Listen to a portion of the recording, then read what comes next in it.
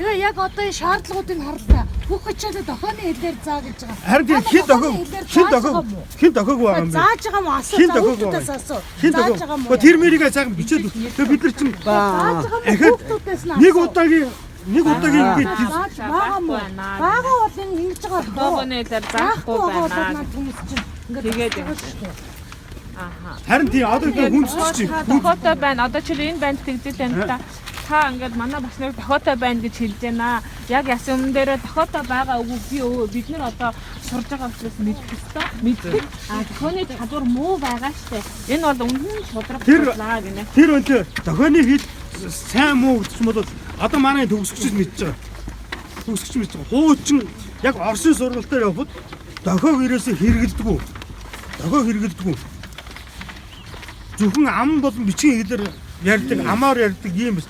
Аавчны манай төгсөгчд маш сайн мэдж байгаа. Амаар ярьдаг их сайн хүмүүс байсан. Одоо сүүлийн үед бол харин дэлхийн жишгт амаараад энэ ойртуулаа бид нар дохиогоо сайжруулъя, багш нараа сайжруулъя. Багш нарыг ерөөсөө дохиодоо хичээл ороо гэдэг байг ярьж байгаа. Бид нар ам хэд дохооны хэд гэдэг одоо энэ одоо хүүхдүүдтэйгээ биш байна. Тэгээд харин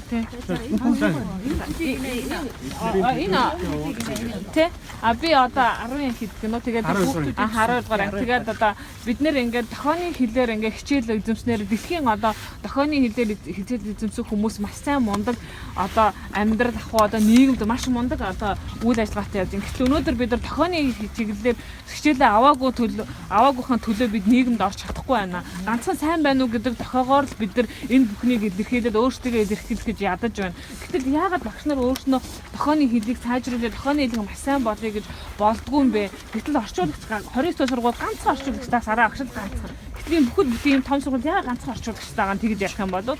Гэтэл бид нар ингээд та гэхэд өөрөө манай захирч таны хажууд яагаад дохооны хэлмж орчуулагч байхгүй байгаа даа.